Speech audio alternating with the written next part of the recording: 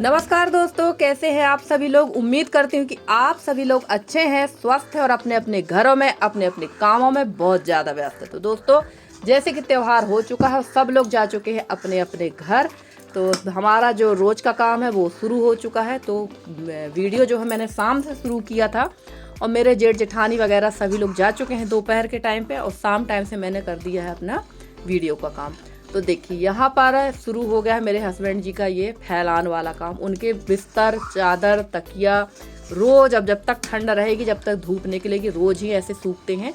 जो मेरे पुराने व्यूवर्स हैं वो भी, उन्होंने भी देखा होगा, ये अब रोज़ सूखेंगे। और मेरी समझ में नहीं आता कि आखिर इनमें ऐसा क्या रहता है जो रोज़ इनको सुखाना पड़ता है।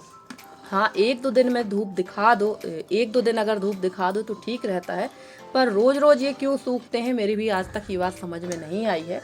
तो चलिए कोई बात नहीं, हो सकता है उनको कुछ दिक्कत परेशानी होती हो, इसलिए वो रोज़ सुखा देते हैं।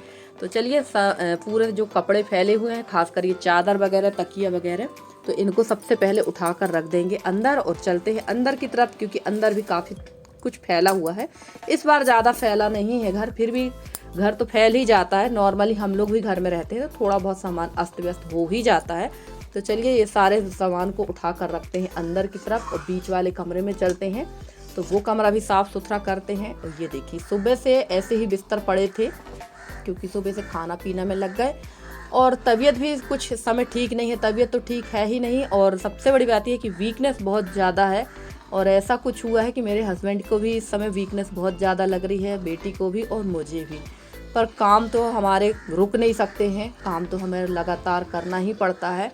तो चलिए यहाँ पर ये सारे बिस्तर उठा के एक तरफ रख देते हैं। और गर्मी तो इतनी ज़्यादा भीषण वाली गर्मी है कि समझ नहीं आ रहा है कि मौसम कौन सा चल रहा है। ये ठंड का आने वाली है, ये गर्मी आने वाली है, ये बारिश चल रही है। तो हमारी प्रतिभा बहन ने भी यही चीज़ कहा था। वैसे प्रतिभा बहन मेरे से काफ़ी बड़ी है उम्र में, तो बहन कहना सही नहीं होगा, उनको दीदी कहना ही सही होगा। तो प्रतिभा दीदी ने भी यही कहा कि समझ नहीं आ रहा है निधि कि मौसम कौन सा चल रहा है। तो बिल्कुल सही कह रहे हो दीदी, मौसम का कुछ समझ में ही नहीं आ रहा है कि कौन सा मौसम आ गया है।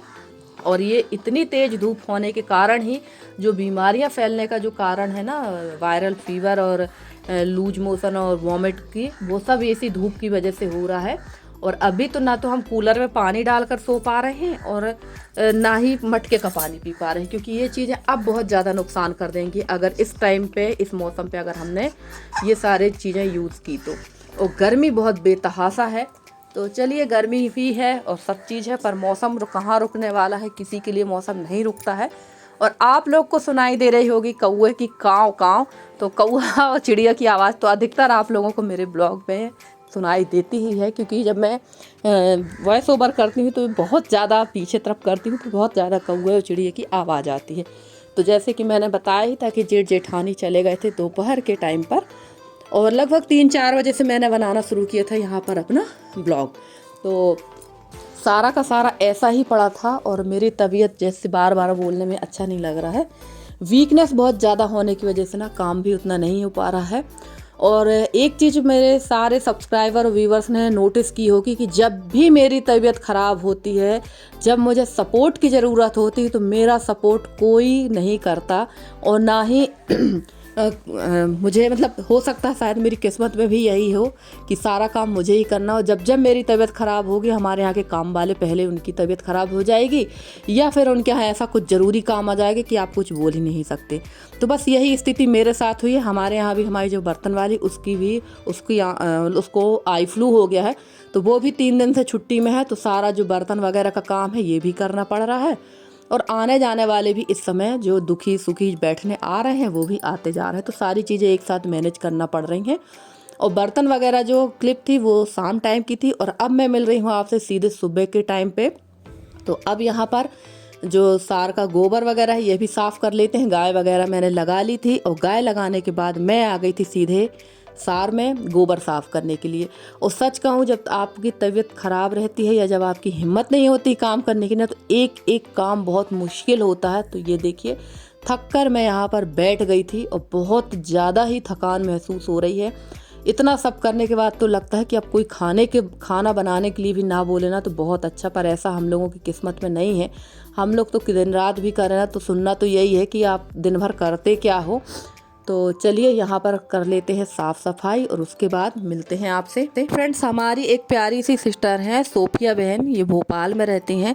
तो मैं उनसे सबसे पहले माफ़ी चाहूँगी कि 2 दिन 3 दिन मैंने उनके क्या किसी के भी कमेंट नहीं पढ़े, तो आप लोग समझ सकते हैं कि इस समय मेरे यहाँ आने जाने वाले भी लगे थे, जिसकी वजह से मैं किसी के कमेंट नहीं पढ़ पाई। कल मैंने उनका कमेंट पढ़ा तो उन्होंने कहा कि उनकी बेटी को जो है 12 साल की उनकी बेटी है और उनकी बेटी का आई टेस्ट हुआ स्कूल में, तो उसको जो है डॉक्टरों ने मोतियाबिंद बता दिया। तो ये बात मेरी भी समझ में नहीं आ रही कि इतनी छोटी बच्ची को मोतियाबिंद कैसे हो सकता है। तो वो इस बात को लेकर काफ़ी टेंशन में है, कह रही थी दीदी दुआ करना कि मेरी बेटी ठीक हो जाए। तो आप बिल्कुल चिंता मत करिए, बेटी आपकी एकदम स्वस्थ हो जाएगी। आप एक बार ना उसको जबलपुर में आके किसी अच्छे से आँख वाले डॉक्टर को दिखाइए, क्योंकि बहुत पहले जब मेरी बेटी भी छोटी सी थी ना, तो एक डॉक्टर ने आँख के लिए मेरी बेटी को भी कह दिया था कि इसका ऑपरेशन करना पड़ेगा, इसकी आँख में रोशनी नहीं है, लेज़र वगैरह करना पड़ेगा। और जब मैंने दूसरे डॉक्टर को दिखाया तो उनने ये कहा कि कुछ भी नहीं है, आपकी लड़की की आँखें बिल्कुल स्वस्थ हैं, अच्छी हैं, तो इतना ज़्यादा टेंशन लेने की ज़रूरत नहीं है, किसी और दूसरे डॉक्टर को दिखाइए, भगवान चाहेगा तो सब अच्छा ही होगा। और देखिए गोबर वगैरह करने के बाद मैं आ गई थी यहाँ पर। मैंने जला रखा था, सुबह से ही चूल्हा जला दिया था, क्योंकि गाय का दलिया वगैरह बनाना पड़ता है और चूल्हा जल ही रहा था। तो मैंने सोचा चलो सब्जी ही बना लेते हैं, क्योंकि चूल्हा जलते ऐसे छोड़ नहीं सकते और दोबारा फिर चूल्हा जलाने में परेशानी भी होती है। तो यहाँ बना रही थी मैं आलू बरबटी की सब्ज़ी, और आज बनेगी आलू बरबटी की रसेदार सब्ज़ी, क्योंकि दाल नहीं बनाएंगे, सिर्फ सब्ज़ी चावल और रोटी ही बनेगी।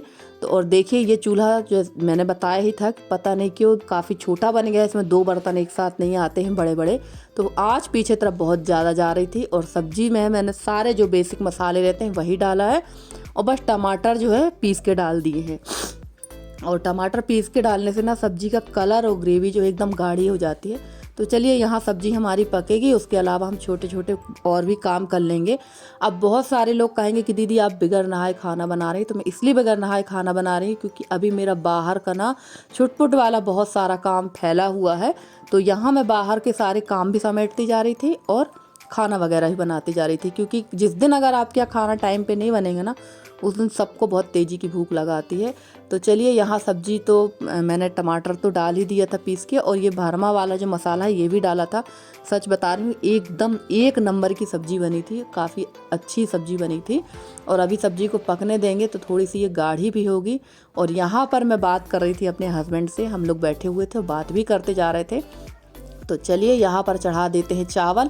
तो चूल्हे में चावल चढ़ा देंगे, तो सब्जी चावल तो हो गया था चूल्हे में ही, और बाद में गैस में मैंने सेकी थी रोटी, क्योंकि चूल्हे के पास बैठने में ना इस समय बहुत ज़्यादा गर्मी लग रही है। और सच कहूँ तो चूल्हे की रोटी जैसे तो स्वाद किसी भी रोटी का नहीं होता है, पर इस समय तो बिल्कुल काफ़ी लंबे समय से मैंने चूल्हे पर रोटी नहीं सेकी है। तो देखते हैं, अब ठंड भी आने वाली है, अब तो चूल्हे पे ही पूरा खाना बनाएंगे। और बाहर अंदर का भी मैंने काम कर लिया, बाहर का भी काम निपटाती जा रही हूँ। और यहाँ डाल देंगे मिर्ची, क्योंकि ना मिर्ची मेरी जो है मिर्ची और धनिया वो उसमें आ चुकी है सीलन। और ये सारी तैयारियाँ अब मुझे धीरे धीरे करना ही है, क्योंकि अब सिर्फ मेरे पास 2 महीने का टाइम है।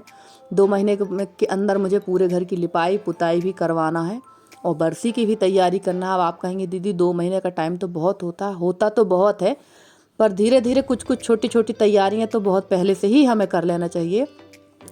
और धूप इतनी ज़्यादा तेज़ थी ना कि धूप में ये सारी मिर्चियाँ एक ही दिन में पूरी मिर्ची सूख गई थी। और देखिए ये कोठी का ये हाल हो गया है, बहुत ज़्यादा इसमें जाला लगा हुआ था।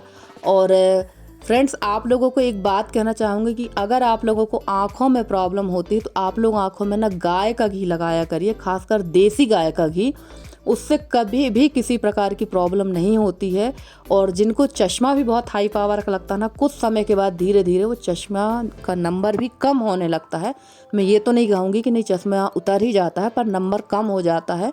और ये एकदम आजमाया हुआ नुस्खा है, क्योंकि हम लोग अपनी आँखों पर यही लगाते हैं, घी लगाते हैं। और हमारे यहाँ तो गाय जो है देसी गाय है, तो उसका घी लगाते हैं। और गाय का जो घी लगाने में अगर आप शुरू लगा रहे हैं तो 2-4 दिन तो आपको थोड़ा से आँखों में जलन होगी। और जब आप सुबह सोकर उठेंगे तो आँखों से बहुत ज़्यादा कीचड़ भी निकलता है। तो इसमें बिल्कुल घबराने की ज़रूरत नहीं है, आप प्रॉपर लगाते रहेंगे, कुछ दिनों के बाद ना तो आपको जलन होगी ना कुछ ऐसा महसूस होगा। और नॉर्मल जैसे हम दवाई डालते हैं आँखों में, बस वही काम करेगा घी। और घी सबसे अक्सीर दवाई होती है आँखों के लिए, जो सारी चीज़ों को ख़त्म भी करता है। तो चलिए फ्रेंड्स, यहाँ भी झाड़ू वगैरह हमारी लग गई है और इसके बाद जो है अब हमारा काम ख़त्म हो चुका है क्योंकि काफ़ी ज़्यादा कचरा भी था हमारे यहाँ घर के अंदर। वो हो ही जाता है, 2-4 लोग रहते हैं तो कचरा वगैरह तो होता ही है। और फ्रेंड्स, आप लोगों को मेरे वीडियो कैसे लगते हैं? अगर आप लोग को मेरे वीडियो पसंद आते हैं तो प्लीज़ मेरे वीडियो को लाइक करें, शेयर करें, मेरे चैनल को सब्सक्राइब करके जिस तरह से आप लोग अपना सहयोग और स्नेह बनाए हुए हैं, इसी तरह से अपना सहयोग और स्नेह बनाए रखें। मैं पूरी कोशिश करूँगी कि आप लोगों के लिए अच्छे से अच्छी वीडियो लेके आती रहूँ। तो चलिए फ्रेंड्स, आज का आपका हमारा साथ इतना ही है। मिलते हैं अगले वीडियो में, तब तक के लिए बाय बाय।